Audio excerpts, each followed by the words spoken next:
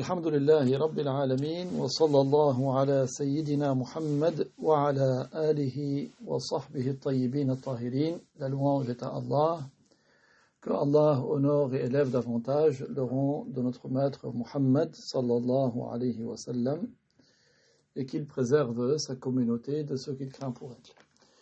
Donc, lillahi ta'ala, pour l'agrément de Dieu. L'auteur, que Dieu lui fasse miséricorde, a dit exemption de Allah des endroits et confirmation selon la raison de son existence sans endroit. Allah Ta'ala n'a pas besoin des créatures, c'est-à-dire qu'il se passe de tout autre que lui éternellement, sans début et sans fin. Il n'a donc pas besoin d'un lieu pour y prendre place, ni d'une chose pour s'y incarner, ni d'une direction, car il n'est pas tel que l'une des choses qui existent. Il n'est ni un corps palpable, palpable signifie ce qu'on peut attraper avec la main, ni un corps impalpable. Un corps impalpable, c'est un corps, c'est-à-dire il occupe un espace, mais qu'on ne peut pas saisir avec la main. Comme la lumière ou l'obscurité, ce sont des corps, mais qu'on ne peut pas saisir avec la main. La localisation, c'est-à-dire être dans un endroit, c'est un attribut des corps palpables et impalpables. Même les corps impalpables occupent un endroit, c'est-à-dire prennent une partie de l'espace. Par conséquent, un corps palpable, aussi bien qu'un corps impalpable, est situé dans une direction et un endroit. Allah Ta'ala dit وَهُوَ الَّذِي خَلَقَ اللَّيْلَ وَالنَّهَارَ وَالشَّمْسَ وَالْقَمَرَ كُلٌّ فِي فَلَكٍ يَسْبَحُونَ. Ce qui signifie, c'est lui qui créa la nuit et le jour, le soleil et la nuit, tous se déplacent dans une orbite, dans une trajectoire. Allah Ta'ala a donc confirmé pour chacune de ces quatre créatures, la nuit, le jour, le soleil et la lune, qu'elle se trouve dans son orbite qui est sa trajectoire.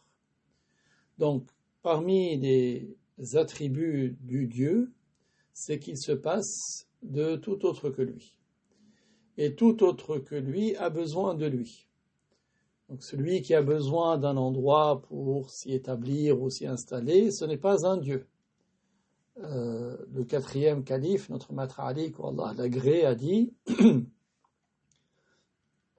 Man za'ama anna ilahana mahdoud faqad jahila al-khaliq al-ma'boud.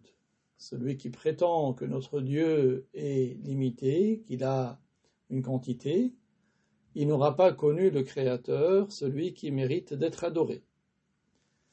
Cette parole de Ali a été rapportée par le Hafiz Abu Nu'aym dans son livre Hilyatul Awliya. Que veut dire cette parole? Celui qui prétend que notre Dieu a une quantité et qu'il est limité n'aura pas connu le Créateur, celui qui mérite d'être adoré. Cela veut dire qu'Allah n'est pas un corps de petite taille, ni un corps de grande taille. Allah n'est pas comme le plus petit des corps, c'est-à-dire c'est la partie qui ne se divise pas du corps. Il n'est pas non plus comme ce qui est le plus grand des corps, comme le trône. Et il n'est pas un corps plus grand que le trône, ni d'une taille intermédiaire entre le grain de poussière ou la particule, ou le grain, ou la partie qui ne se divise pas d'un corps. Il n'est pas d'une taille intermédiaire entre cette particule et le plus grand des corps. Allah Ta'ala dit وَكُلُّ شَيْءٍ عِنْدَهُ بِمِقْدَارٍ. C'est-à-dire, il a créé toute chose et lui a donné une quantité. Donc lui, il est exempt de la quantité, il est exempt de la limite et de la quantité. Celui qui prétend que Dieu est un corps de grande taille, de la taille du trône ou de la taille de l'être humain, il aura contredit ce verset. Tout comme il aura contredit le verset 11 de Surat Ash-Shura, Laysa kamithlihi shay, absolument rien n'est tel que lui. Car si Allah avait eu une taille, des dimensions, il aurait eu des semblables innombrables. Et s'il avait été situé dans une direction, la direction du haut, il aurait eu des semblables innombrables. Or, le verset nous apprend qu'il n'a absolument aucun semblable. Toutes les directions par rapport à l'être de Dieu sont équivalentes. C'est pour cela qu'on ne qualifie pas Allah d'être proche par la distance. S'il avait été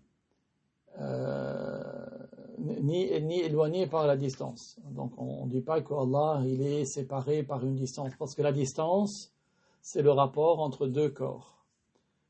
Si Allah avait été au-dessus du trône, il aurait eu besoin de qui l'a spécifié par cela. L'imam Zayn al-Abidin, que Dieu l'agrée, qui est Ali, fils d'Al-Hussein, fils de Ali, a dit dans une épître qu'il a appelée As-Sahifatu Sajjadiyya, qui a été appelée ainsi: Subhanaka anta Allah, la ilaha illa ant, la yahwika makan, la tuhass, wa la tumass, wa la tujass. Que veut dire cette phrase? Subhanak, c'est-à-dire tu es exempt d'imperfection. Anta Allah, tu es Allah. La ilaha illa ant, il n'est de Dieu que toi. La yahwika makan, il n'y a pas d'endroit qui te contienne. La tuhass, tu n'es pas aperçu par les sens. Wa la tumass, tu n'es pas touché. Wa la tujass, tu n'es pas palpé. Donc ça veut dire que tu n'es pas un corps. C'est ça le sens. Et cette phrase a été rapportée par le Hafidh Muhammad Murtada al-Zabidi dans le livre Ithaf al-Sadat al-Muttaqin, avec une chaîne de transmission ininterrompue qui remonte jusqu'à l'imam Zayn al-Abidin, qui est l'arrière-petit-fils du prophète, alayhi salatu wassalam. Alors, l'auteur, que Dieu lui fasse miséricorde, dit: il suffit de citer comme preuve de l'exemption de Allah de l'endroit, de la localisation et de la direction sa parole ta'ala, laysa kamithlihi shay, qui signifie rien, absolument rien n'est tel que lui. En effet, s'il était dans un endroit, il aurait des semblables et des dimensions, une hauteur, une largeur, une profondeur. Or, ce qui est ainsi est entré en existence et a besoin de qui l'a limité par cette hauteur, cette largeur et cette profondeur. Telle est la preuve à partir du Coran.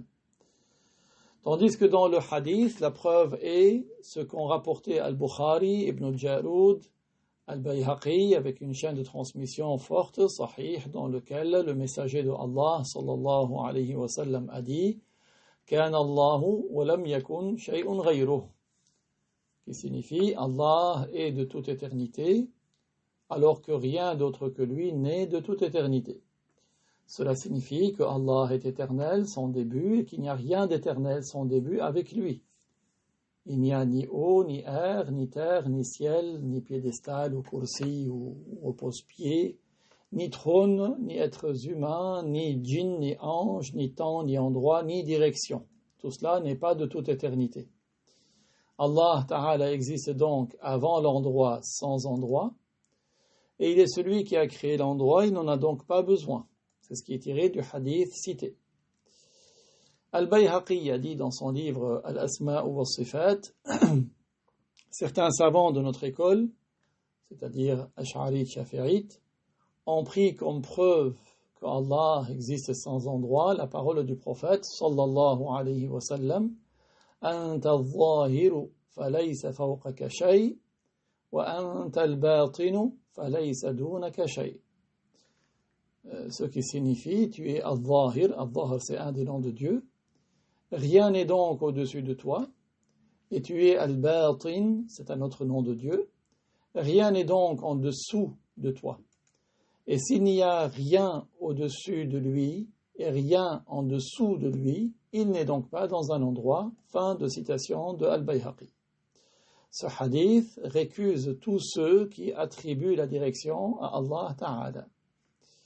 Alors, pour expliquer un peu plus ce paragraphe, Allah Ta'ala s'appelle Al-Zahir, c'est-à-dire il y a des preuves rationnelles sont établies sur son existence, sa puissance, sa science, sa volonté, car il n'y a pas une seule chose sans qu'elle ne soit une preuve qui indique rationnellement l'existence de Dieu.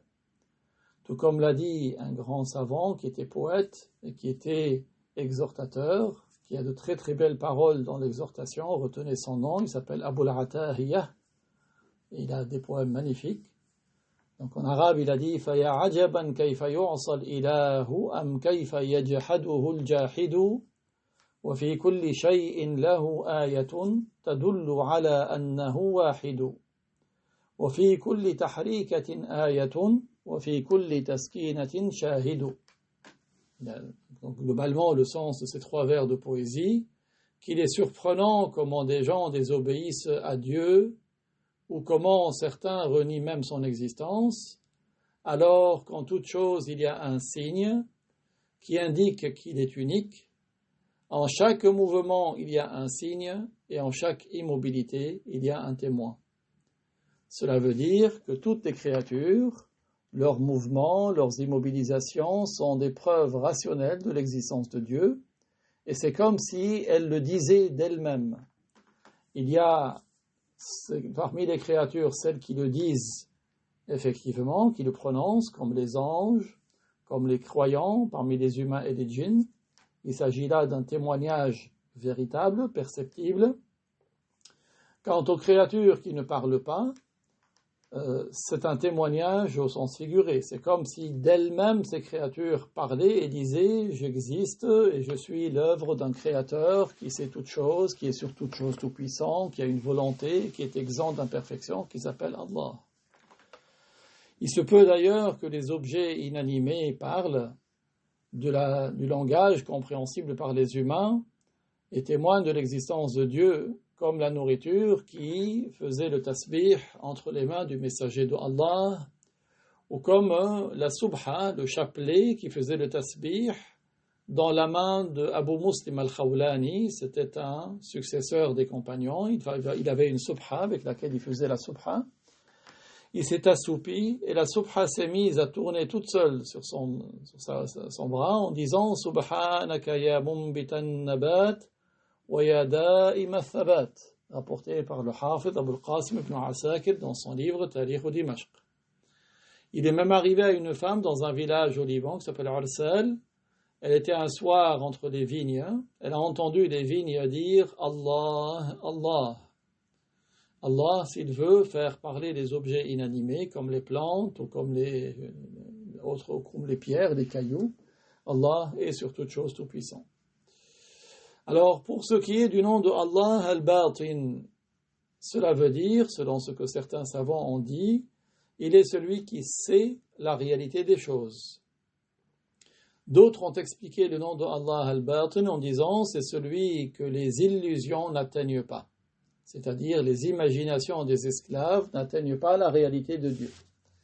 La réalité de Dieu, personne ne peut y parvenir, quelle que soit la réflexion qu'il mène. Pour cela, il nous a été défendu d'essayer de réfléchir à propos de l'être de Dieu, de sa réalité, et nous avons reçu l'ordre de méditer, de réfléchir à propos de ses créatures.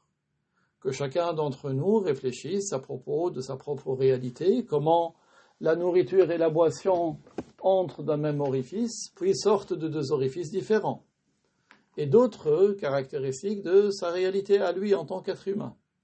Par cette réflexion, cette méditation, il arrive à connaître qu'il y a un être qui l'a fait exister et que cet être n'a pas de ressemblance avec lui d'aucune manière que ce soit, c'est-à-dire que cet être n'est pas un corps, il n'a pas les caractéristiques des corps.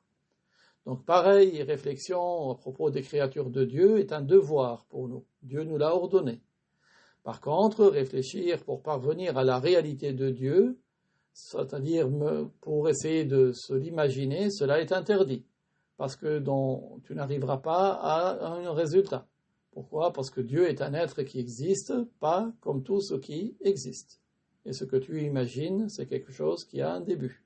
Et ce qui a un début n'a pas de ressemblance avec celui qui est exempt de début. Ensuite, l'auteur, que Dieu lui fasse miséricorde, a dit, de plus, Ali, que Allah l'agrée, a dit, Allah existe de toute éternité, alors qu'aucun endroit n'est de toute éternité, et il est maintenant tel qu'il a toujours été, c'est-à-dire sans endroit, rapporté par Abu Mansour al-Baghdadi. Kan Allahu wa la makan وهو الآن على ما عليه كان. Donc la première phrase, كان Allah, c'est-à-dire Allah est de toute éternité. ولا مكان, c'est-à-dire de toute éternité, il n'y a pas d'endroit. وهو الآن, et il est actuellement, c'est-à-dire après la création des endroits, على ما عليه كان, c'est-à-dire comme il est de toute éternité, sans endroit. Parce que le changement, l'évolution, le passage d'un état à un autre sont impossibles à son sujet. Car le changement, c'est la preuve de celui qui a un début.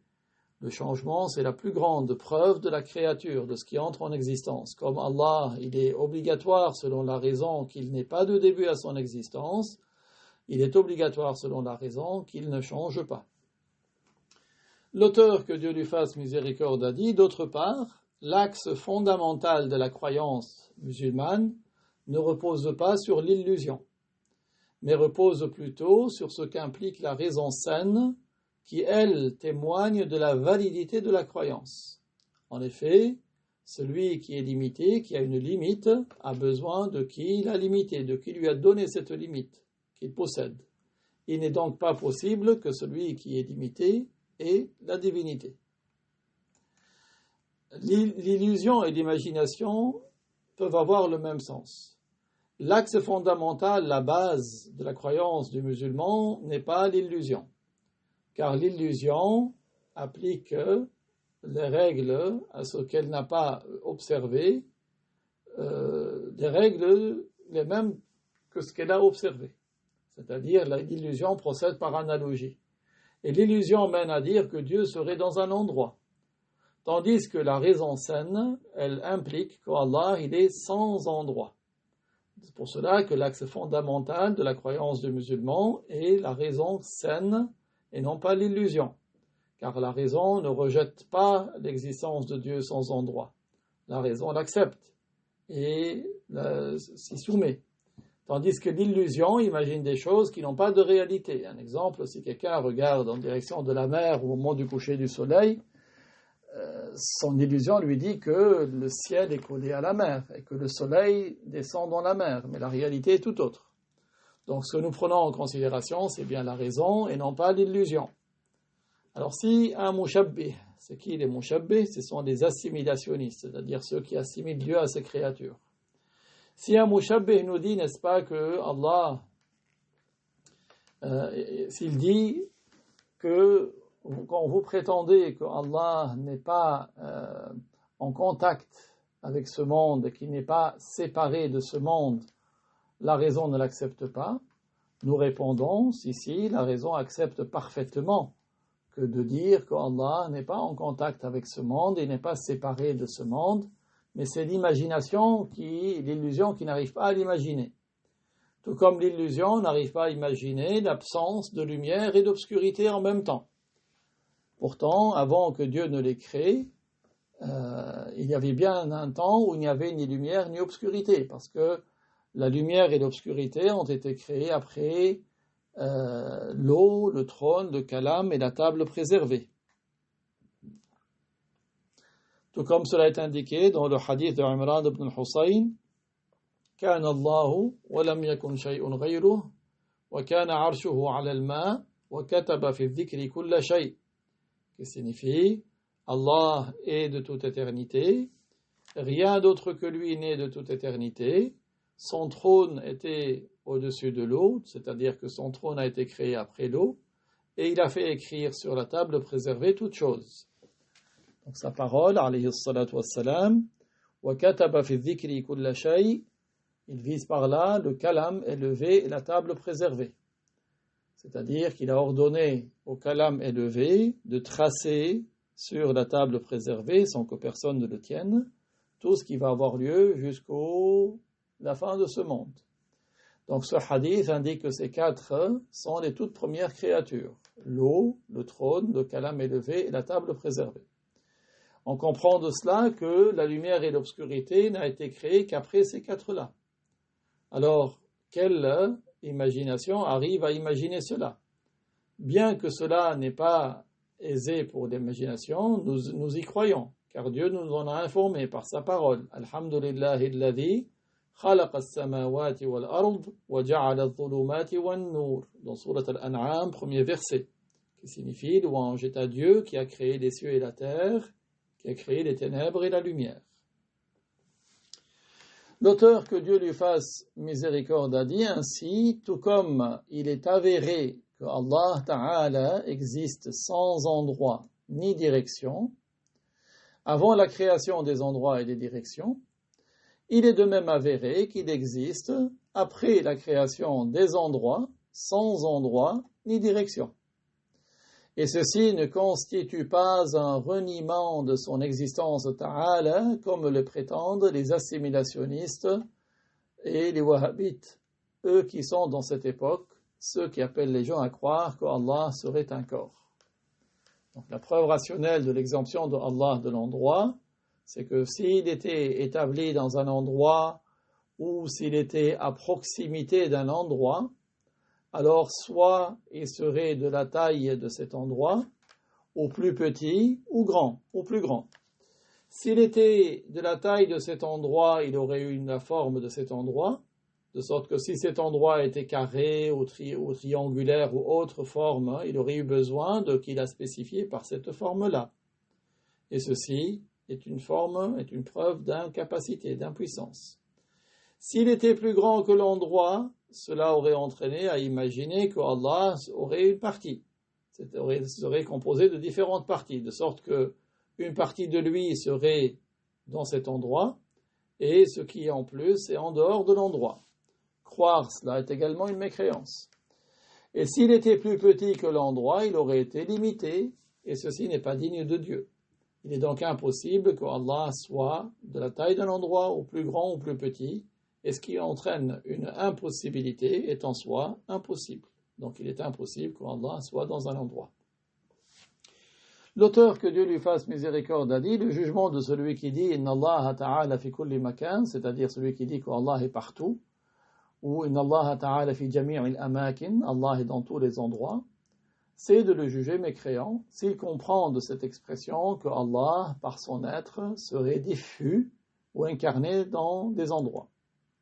Cependant, s'il comprend de cette expression que Allah domine toute chose par sa toute-puissance et qu'il sait toute chose, il ne devient pas mécréant. C'est d'ailleurs ce que visent beaucoup de ceux qui utilisent ces deux phrases. Il est cependant un devoir de leur interdire ces expressions dans tous les cas, car elles ne viennent pas des gens du salaf, mais plutôt des mu'tazila. Elles ont ensuite été adoptées par les ignorants des gens du commun. Donc cette voix, c'est la voix de Jahm ibn Safwan. C'est un égaré qui disait qu'Allah, c'est cette ère qui est partout, et les musulmans l'ont déclaré mécréant pour cela. Il fut exécuté par le jugement de l'apostasie. Mais celui qui dit qu'Allah est partout dans le sens qu'il sait tout, que tout est sous sa puissance, il n'est pas déclaré mécréant. Alors, que veut dire le verset وَكَانَ اللَّهُ بِكُلِّ شَيْءٍ مُحِيطًا? Il ne veut pas dire que Allah entoure ce monde comme un écrin entoure ce qui est placé dedans, mais il s'agit de ihatatul ilmi wal qudra, c'est-à-dire que Allah englobe par sa science et par sa puissance toute chose, c'est-à-dire qu'il n'y a pas une chose qui soit exclue de la puissance de Dieu et de la science de Dieu. L'auteur, que Dieu lui fasse miséricorde, a dit, d'autre part, nous levons les mains vers le ciel pendant nos invocations, car c'est du ciel que descendent les miséricordes et les bénédictions, et non parce qu'Allah existerait dans le ciel, tout comme nous nous orientons vers la Kaaba honorée dans la prière, car Allah Ta'ala nous l'a ordonné, non parce qu'elle aurait le privilège et la particularité qu'Allah y habiterait. Donc si nous levons les mains vers le ciel dans les invocations, c'est parce que le ciel, c'est la direction, la qibla des invocations. Tout comme la Kaaba, c'est la direction, la qibla de la prière. C'est-à-dire que les bénédictions et la miséricorde nous descendent du ciel. Le ciel est la source de la descente des miséricordes. Allah Ta'ala dit wa fis samaa'i rizqukum wa ma tu'adun. Alors que veut dire tendre les mains, diriger les mains vers le ciel? Cela veut dire demander la descente de la miséricorde. Et Allah Ta'ala ne rend pas bredouille celui qui recherche cela sincèrement. Celui qui invoque Dieu et qui tend ses mains vers le ciel pour demander la descente des miséricordes, demander à Dieu de lui accorder les miséricordes. Si après avoir fait ses invocations, il essuie son visage, cela veut dire que ses mains sur lesquelles sont descendues des miséricordes, en essuyant son visage, il essaie de faire profiter son visage de ces miséricordes. L'auteur, que Dieu lui fasse miséricorde, a dit « Devient mécréant celui qui croit qu'Allah Ta'ala est dans un lieu, ou qui croit qu'Allah serait quelque chose comme l'air, et en est diffus partout, ou la lumière remplissant un endroit, une pièce ou une mosquée. À ceux qui croient qu'Allah serait localisé dans la direction du haut et qui affirment que ce serait pour cela qu'on lève les mains lors des invocations, on réplique par une parole qui est authentifiée du messager sallallahu alayhi wa sallam. À savoir, il a fait l'istisqa. L'istisqa, c'est une prière pour demander la pluie. En orientant les paumes de ses mains vers le sol et le dos des mains vers le ciel. Il intimait aussi, sallallahu alayhi wa sallam, à celui qui faisait la prière, de ne pas lever la tête vers le ciel. Si Allah se trouvait dans la direction du haut, comme le croient les assimilationnistes, les mushabbihah, il ne nous aurait pas intimé de ne pas lever les yeux vers le ciel dans la prière.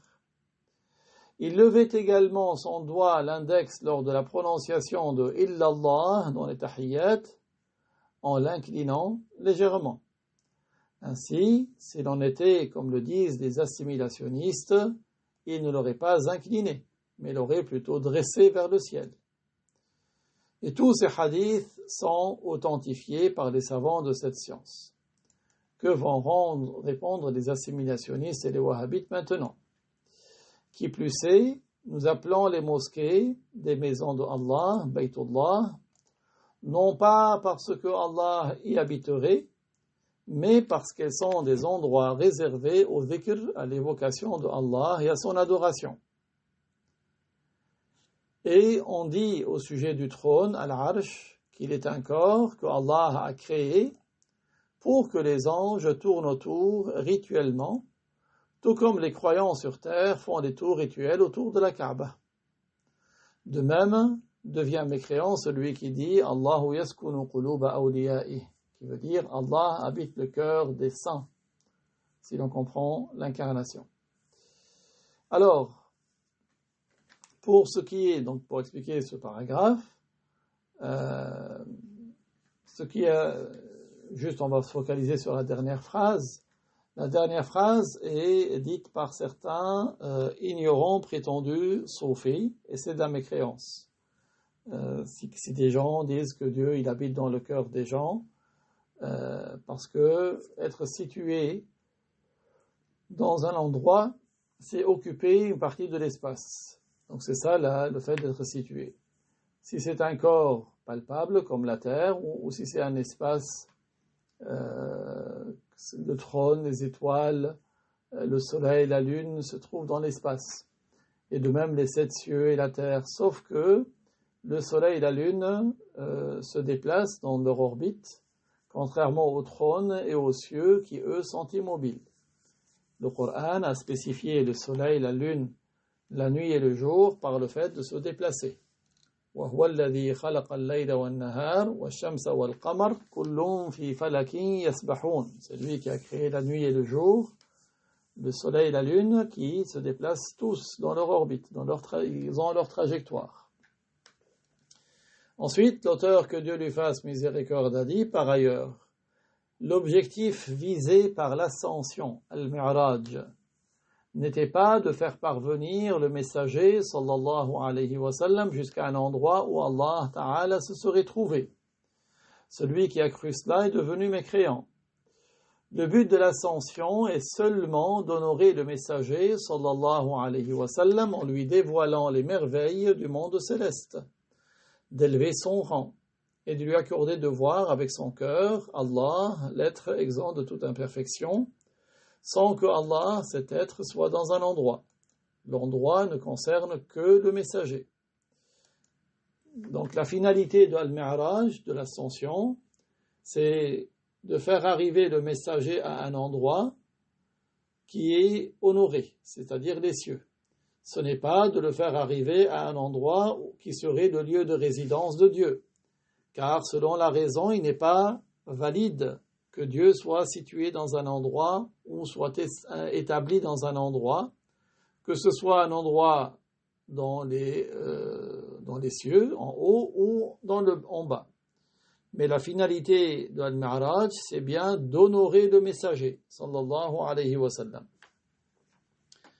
L'auteur, que Dieu lui fasse miséricorde, a dit, quant à la parole de Allah, ثُمَّ دَنَا فَتَدَلَّى فَكَانَ قَابَ قَوْسَيْنِ أَوْ أَدْنَى, qui signifie ensuite qu'il se rapprocha, et il fut à 2 coudées ou moins. Celui dont il s'agit dans ce verset, c'est Jibril alayhi salam. Le messager, sallallahu alayhi wa sallam, l'avait vu en effet à la Mecque, en un lieu nommé Ajiyad. Il avait 600 ailes.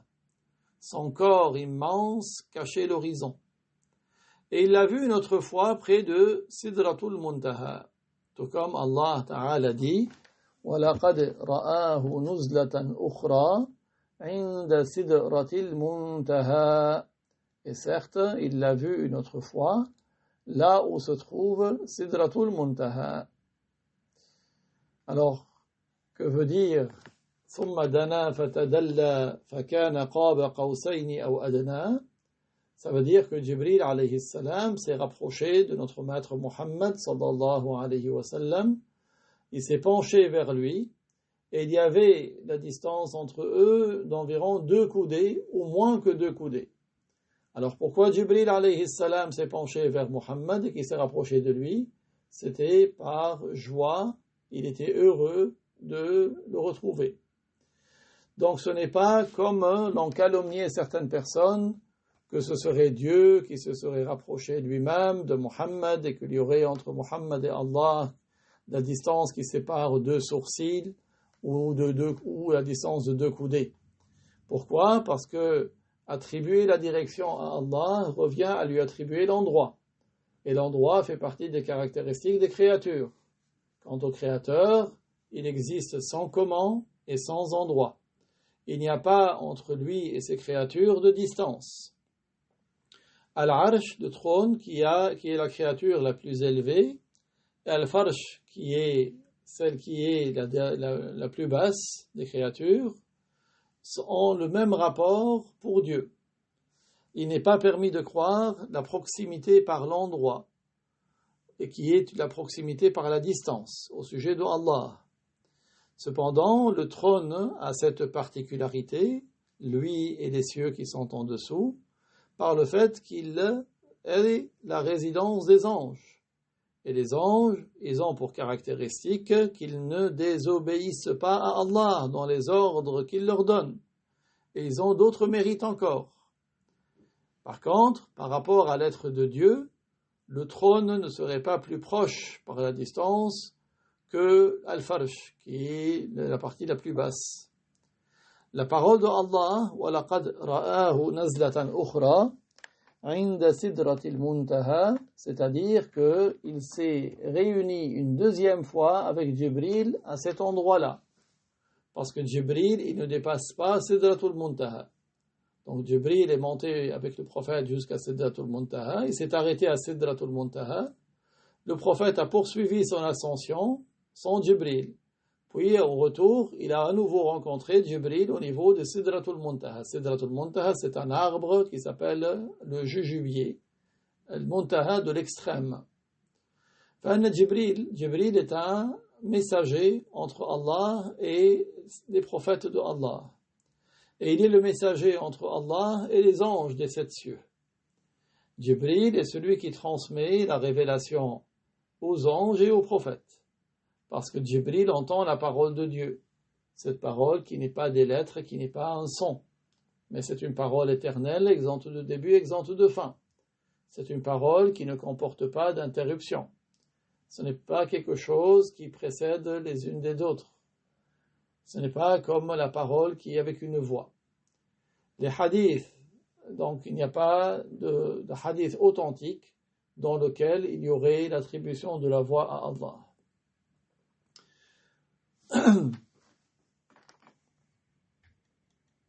Alors, maintenant, nous allons passer à un sujet qui est très important. L'auteur dit, quant à ce qui figure dans le Sahih de Muslim, qu'un homme était venu voir le messager de Allah, sallallahu alayhi wa sallam, et l'avait interrogé à propos d'une esclave, lui appartenant, qu'il aurait dit, j'ai dit, ô messager de Allah, et si je la franchissais, c'est-à-dire est-ce que je peux la franchir, autrement dit, est-ce qu'elle est musulmane pour que je puisse le faire? Et que le prophète aurait répondu, itini biha, ce qui signifie, fais-la venir. Il avait donc fait venir auprès de lui. Le messager, sallallahu alayhi wa sallam, lui aurait alors dit, Aïn Allah. Elle lui aurait répondu, fis sama. Il lui aurait dit, man ana, qui signifie, qui suis-je? Elle aurait dit, anta rasulullah, tu es le messager de Allah. Et que le prophète aurait dit, a'tiqha fa innaha mu'minah, affranchis-la, elle est bien croyante. Eh bien, ce hadith n'est pas sahih, pour deux raisons. Ce hadith n'est pas authentique, pour deux raisons. Tout d'abord, en raison de l'ittirab. Qu'est-ce que l'ittirab? C'est une classification du hadith, c'est un caractère d'un hadith qui se rapporte à un seul et même événement, mais qui est rapporté par plusieurs versions contradictoires. Aucune d'entre elles n'étant prépondérante du point de vue de la chaîne de transmission. C'est-à-dire, il n'y a pas une chaîne qui est le dessus du point de vue de la fiabilité sur les autres. Et de plus, entre les différentes versions qui sont parvenues, on ne peut pas trouver d'interprétation ni de compatibilité de sens entre les versions. Un tel hadith est nécessairement faible, comme l'a dit le Hafid al-Iraqi. Donc, ce hadith n'est pas sahih, d'abord pour son caractère de l'ittirab, qu'on peut traduire approximativement par perturbé ou instable, car il a été rapporté en ces termes-là, donc les termes que nous venons de citer, qui sont dans le Sahih de Muslim, mais aussi avec l'expression Man Rabbuki. Il n'a pas posé la question Aïn Allah, mais il a posé la question Man Rabbuki, qui signifie qui est ton Dieu. Elle aurait dit Allah. Et dans une autre version, il lui a répondu, il lui a dit Aïn Allah, elle aurait alors pointé le doigt vers le ciel. Et enfin, une troisième version avec les termes Atashhadina an la ilaha illallah, qui signifie témoignes-tu qu'il n'est de Dieu qu'Allah? Elle a répondu oui. Il ajouta Atashhadina anni rasulullah, ce qui signifie témoignes-tu que je suis le messager de Allah? Elle a répondu oui. Donc vous voyez qu'il y a plusieurs versions qui, de prime abord, sont incompatibles et difficilement conciliables.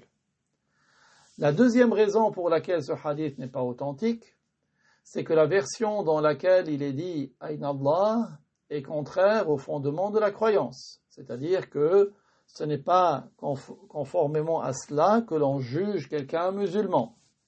Car parmi les fondements de la charia, il y a qu'un individu n'est pas jugé musulman par le simple fait d'avoir dit « Allahu fis sama », ce qui est le sens apparent de la version de Muslim.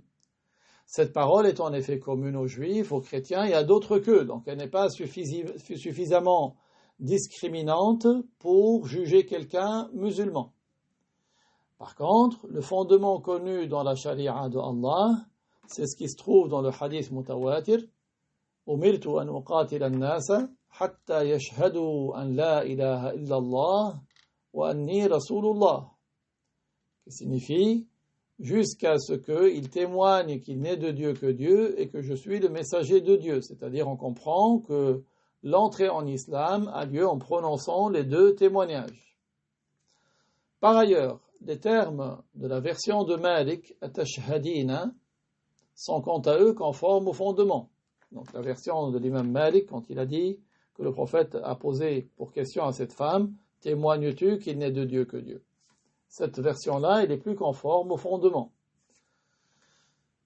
Si quelqu'un dit, mais comment la version de Muslim, Ayn Allah, et elle répond, Fissama, jusqu'à la fin du hadith, serait-elle rejetée, alors que Muslim la rapporte dans son livre, et que tout ce qui est rapporté par Muslim est censé être sahih? La réponse est que les savants du hadith ont rejeté un certain nombre de hadiths de Muslim. Les muhaddiths les ont cités dans leurs livres.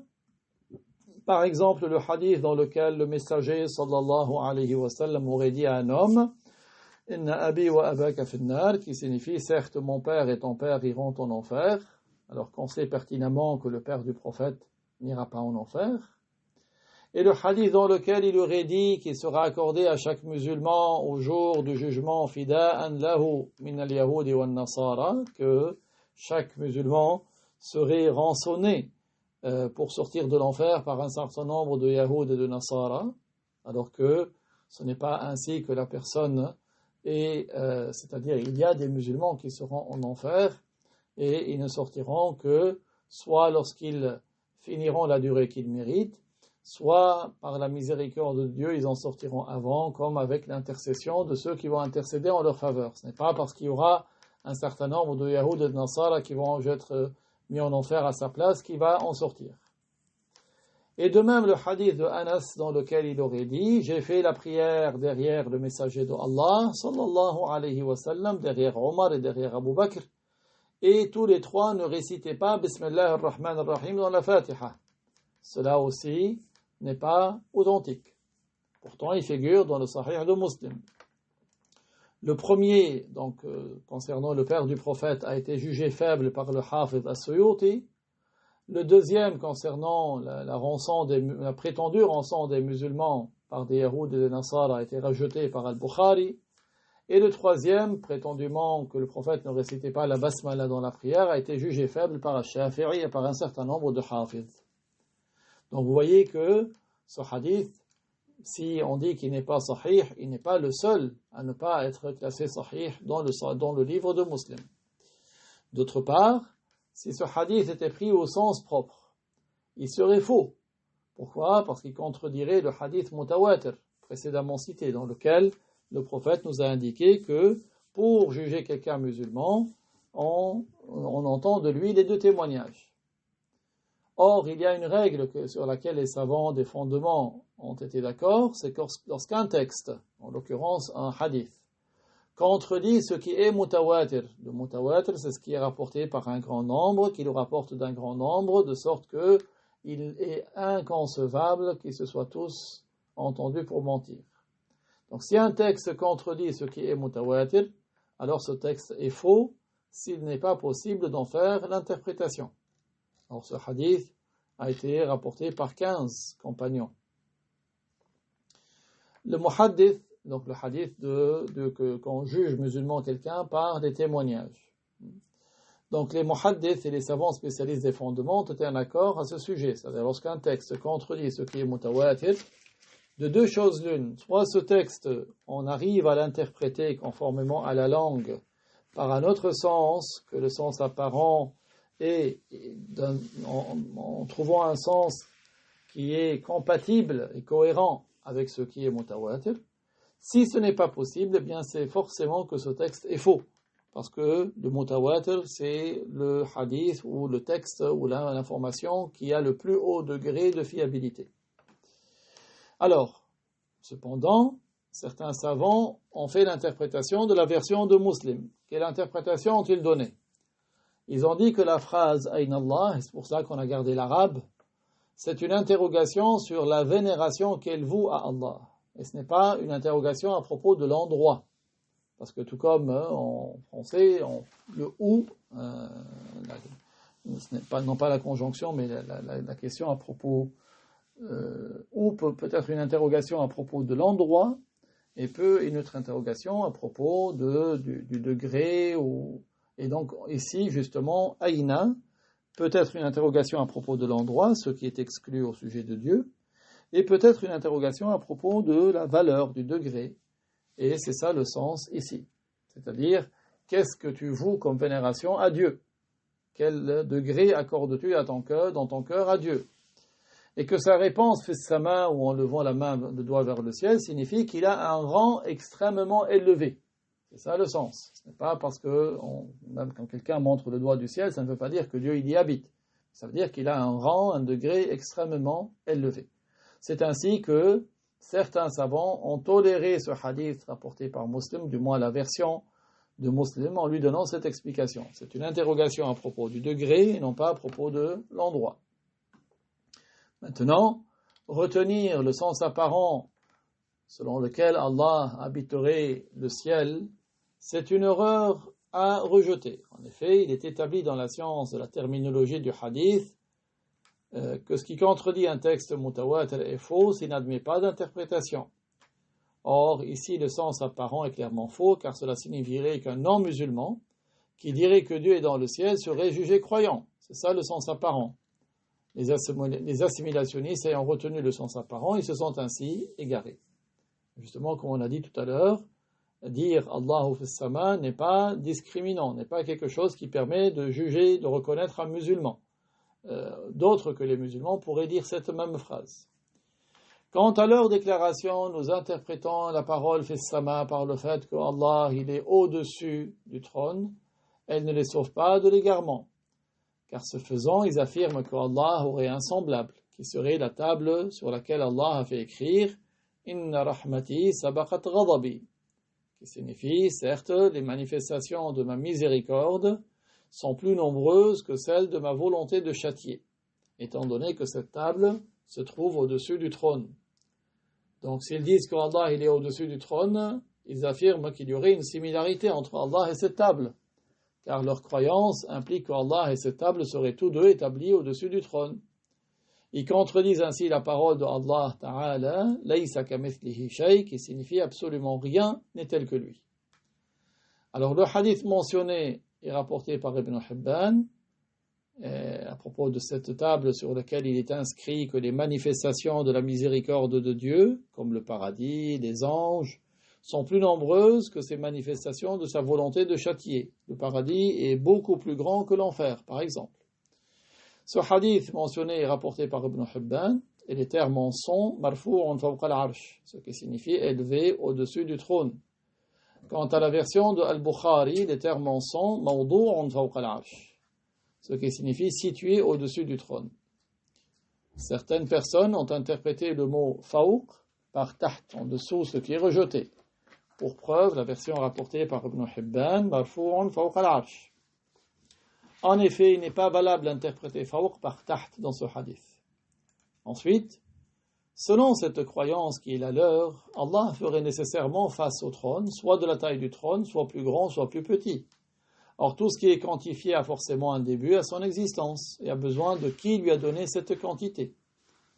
D'autre part, il n'y a aucune correspondance entre le trône et Allah, tout comme il n'y a aucune correspondance entre Allah et quoi que ce soit de ses créatures. De plus, l'honneur de Allah n'augmente pas grâce à une de ses créatures, et il ne tire profit d'aucune d'entre elles. Parce qu'eux, ils disent, quand on dit qu'il est en haut, c'est on lui reconnaît plus d'honneur et un plus haut degré. Ce n'est pas ainsi que Allah ne tire pas profit d'une de ses créatures, la direction du haut ou le trône.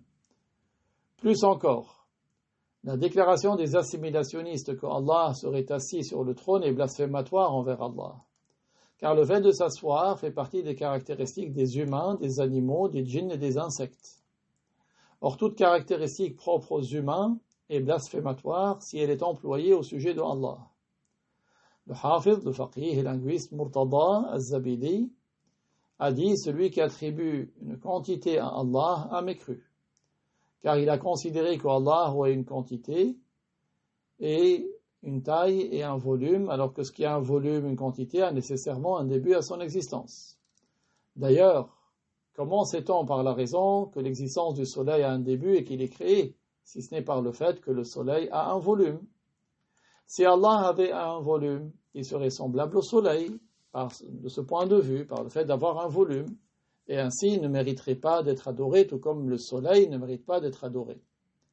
Par conséquent, si un adorateur du soleil Demandez aux assimilationnistes une preuve rationnelle qu'Allah a la divinité et que le soleil ne la mérite pas. Ces assimilationnistes n'auraient aucune preuve.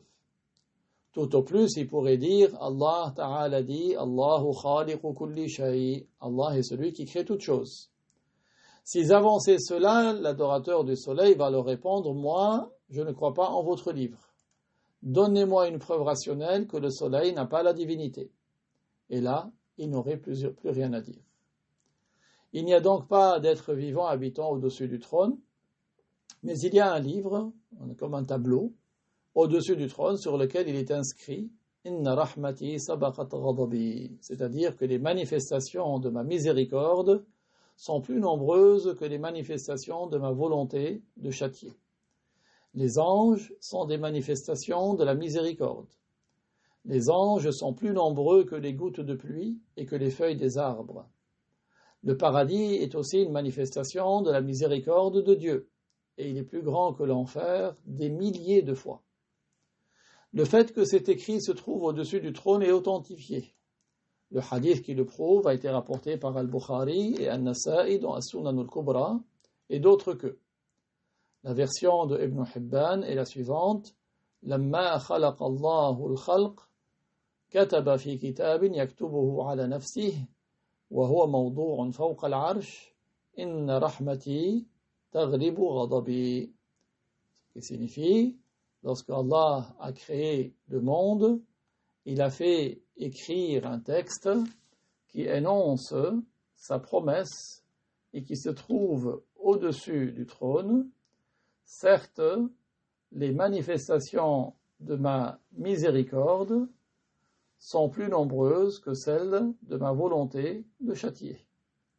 Donc voilà cette preuve qui indique qu'Allah n'est pas au-dessus du trône, parce que prétendre qu'Allah serait au-dessus du trône revient à lui attribuer un équivalent.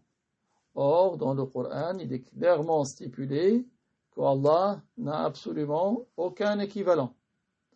Allah Ta'ala a dit « Laysa kamithlihi shay » absolument rien n'est tel que lui. Donc, ce hadith suffit pour exempter Allah de l'endroit, puisque prétendre l'endroit revient à contredire ce verset et ce hadith, le verset 11 de Surat Ash-Shura. Donc c'est pour cela que, voilà, c'est une discussion qui est importante, parce que certains de, justement, ces assimilationnistes, ils prétendent que Allah est au-dessus du trône, et Allah Ta'ala, il n'a pas de ressemblance avec ses créatures, il n'est pas au-dessus du trône, il n'est pas dans un endroit, il est le créateur des endroits, il est sans endroit. Avant de finir, on prend une information utile. Donc nous poursuivrons sur ce sujet, Inch'Allah, la fois prochaine. Nous prenons un hadith. Le prophète alayhi salatu wassalam a dit man ata kahinan aw arrafan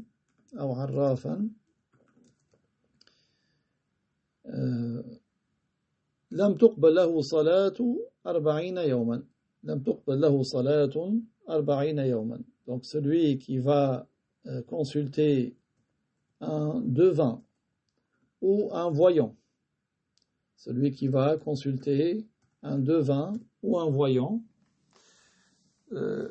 sa prière ne sera pas acceptée pendant 40 nuits, c'est-à-dire il n'aura pas de récompense. La question a été posée à notre cheikh. On lui a dit, est-ce qu'il n'aura pas de récompense pour les prières obligatoires qu'il fait et pour les prières surérogatoires également? Le cheikh a dit, s'il fait le repentir, alors ce que l'on espère de la miséricorde de Dieu, c'est que les prières qu'il va faire après son repentir seront récompensées. D'accord. Et le hadith englobe effectivement les prières surérogatoires, c'est-à-dire que celui qui va consulter un voyant ou un devin, il n'aura pas de récompense, même pour ses prières surérogatoires. Là, on parle de celui qui va consulter un devin ou un voyant sans croire en ce qu'il va dire. Hein, c'est-à-dire, c'est comme certains qui vont lire l'horoscope ou consulter juste pour s'amuser. Ça, c'est un grand péché. Mais s'il croit que le devin ou le voyant connaissent les choses cachées, là, ça devient quelque chose qui contredit la croyance musulmane. Donc le voyant, c'est celui qui informe des choses qui ont eu lieu par le passé. Par exemple, quelqu'un, on lui a volé un objet, il va voir un voyant et lui dit « Oui, celui qui t'a volé, c'est un tel, il a telle caractéristique, il sera dans tel endroit. » Et le devin, c'est celui qui prétend deviner les choses dans le futur. Donc celui qui les consulte, mais il sait qu'ils ne connaissent pas des choses cachées, mais juste pour avoir, soi-disant, une idée, et il tombe dans le péché et sa prière ne sera pas récompensée pendant 40 jours. Mais celui qui croit que ces gens-là, ces charlatans, connaissent des choses cachées, il contredit la croyance de l'islam. Voilà, c'était juste une information utile pour terminer notre assemblée, et Allah Ta'ala sait plus que tout autre.